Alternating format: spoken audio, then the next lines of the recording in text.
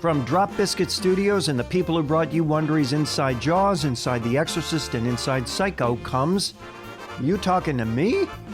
Bite-sized Hollywood history with plenty of bite. The X-rated cartoon smash you probably never heard of. This is You Talking to Me?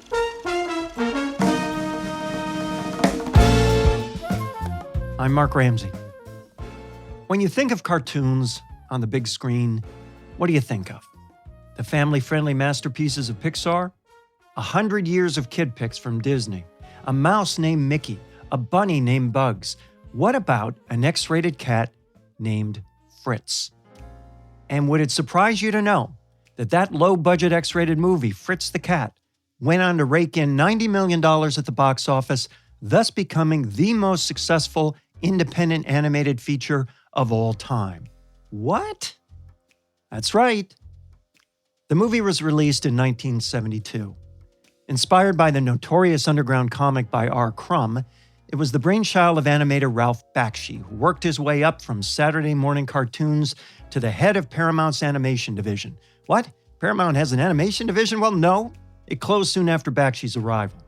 So what to do next? I know, let's package social commentaries as entertainment and give the adults something to watch besides the Flintstones. I'm tired of pandering to children, Bakshi would say.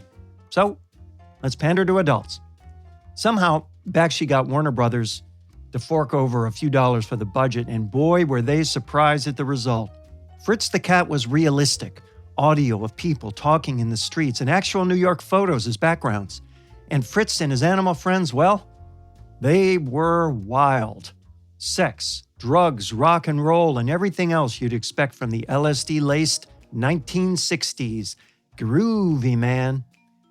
Warner Brothers balked, of course, so Fritz the Cat landed instead with Cinemation Industries, famed for their exploitation and X-rated films. When Fritz got slapped with an X rating, Cinemation knew just what to do. See, X ratings were and are the kiss of death for a commercial movie. With a very few exceptions, movie theaters won't run them, and newspapers, which is how people found out about what's playing in those days, wouldn't advertise them. So, Cinemation used the X rating not as a scarlet letter, but as a badge of honor. It became the selling point. What? An X-rated cartoon? I have to see that. Well, R. Crumb hated the film so much he killed off the comic version of Fritz that same year. And the rest of Hollywood didn't disagree. In fact, 50 famous Hollywood animators took out a full-page ad in Variety decrying the film and its impact on the Disney family image. $90 million later, let's just say the argument was settled. Is Fritz the Cat a mess?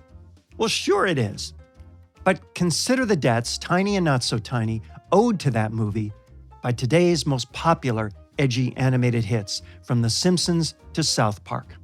There's a little bit of blotto, horny Fritz in all of it. Follow us on Apple Podcasts, Spotify, or wherever you're listening right now, and give us a rating of 5 stars or more. If you can figure out how to do 6, please do. That's You Talking to Me. I'm Mark Ramsey.